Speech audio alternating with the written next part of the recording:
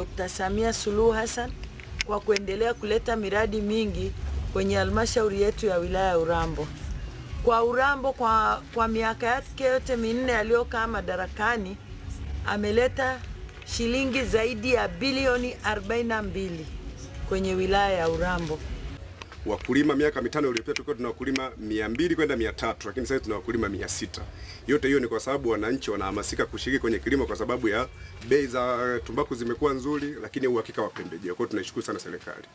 Mengine tunashukuru sana kwa kadri serikali inavyofanya, kitu tunaomba iendelee kufanya zaidi hata kwenye habari ya ruzuku. Kwa kweli ni kichocheo kubwa sana kwa sisi wakulima. Tunaomba sana serikali iendelee kutoa ruzuku, ikiwezekanika iongezeke bei kuzidi hiyo 10,000 ili iendelee kuwa kivutio.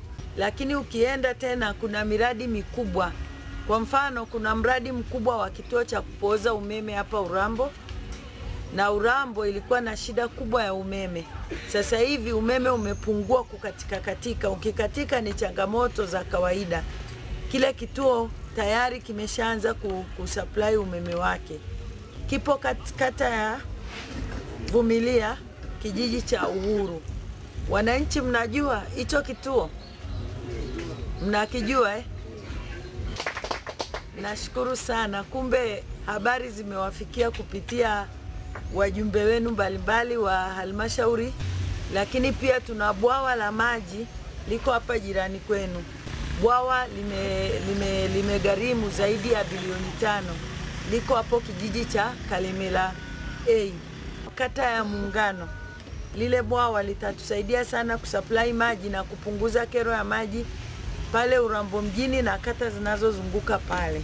Kwa sababu maji kwa Urambo ndio issue ambayo ni kubwa, lakini serikali wametufanyia wema mkubwa mno na wametutendea haki kwa kutuletea bwawa la zaidi ya bilioni 5.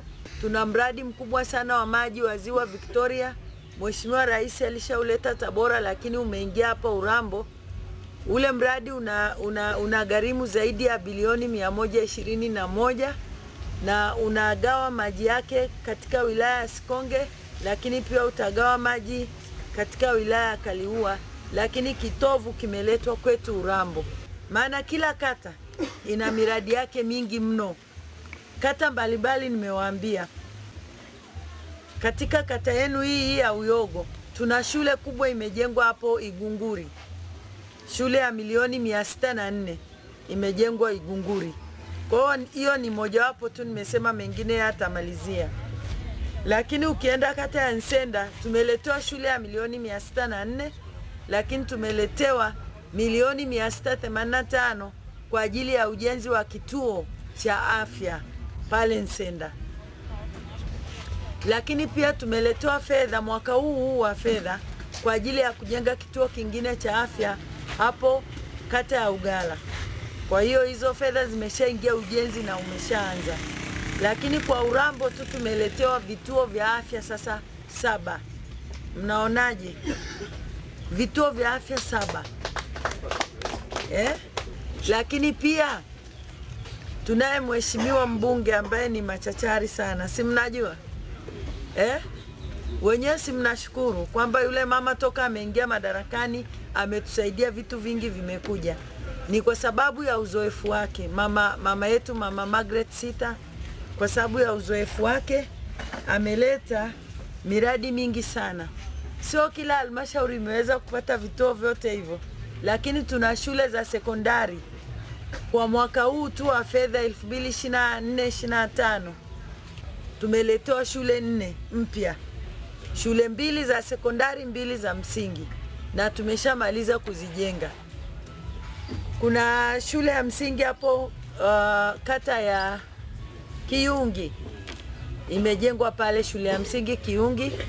Lakini tuna shule ya msingi kata ya Ukondamoyo, kijiji cha Kamalendi, kitongoji cha Kariakoo. Tuna shule nyingine mpya ya msingi. Lakini pia tuna sekondari nyingine ambayo inajengwa kata ya Nsenda, ndio hiyo ambayo nilishaisema. Nyingine iko kata hiyo ya Muungano. Muungano tu ameshapata bilioni zaidi ya 5, ameshapata tena milioni 600, na bado na yeye ana imani kituo cha afya kitakuja. Kwa hiyo ipo kwenye mpango. Kata ya Muungano na hata Uyogo hapa lazima kituo cha afya kifike. Huo ndo mpango wa serikali yetu ambayo ipo madarakani kwa sasa. Kuna changamoto ya kwanza ambayo ilikuwa ni kubwa sana, Umiki Sekondari kwa ajili ya madarasa. Ajili mnafahamu, ukiangalia ukubwa wa Uyogo ilivyo na watoto ambao walikuwa na soma pale na madarasa ambayo yalikuwepo matatu, tukahangaika tukichangishana tukapata tena moja likawa manne.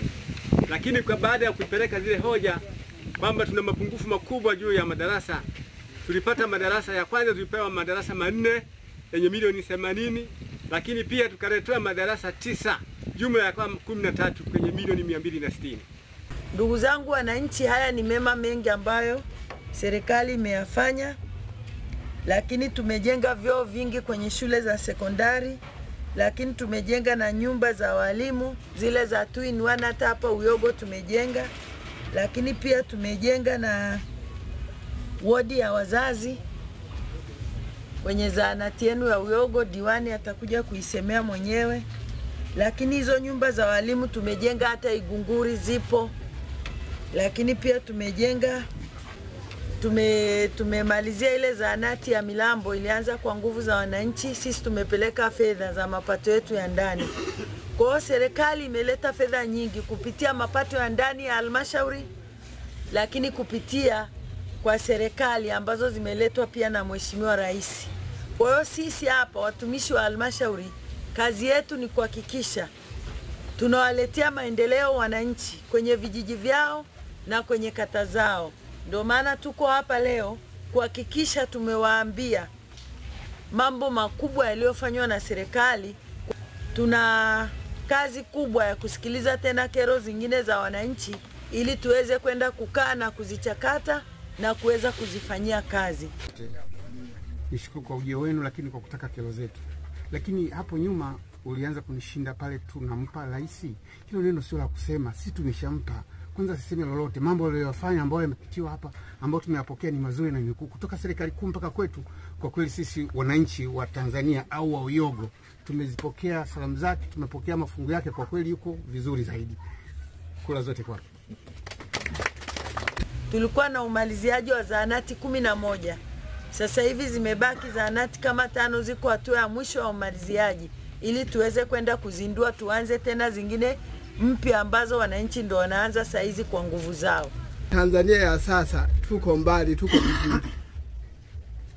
Nashukuru sana jitihada za Mheshimiwa Rais na viongozi wote wanaoshirikiana naye.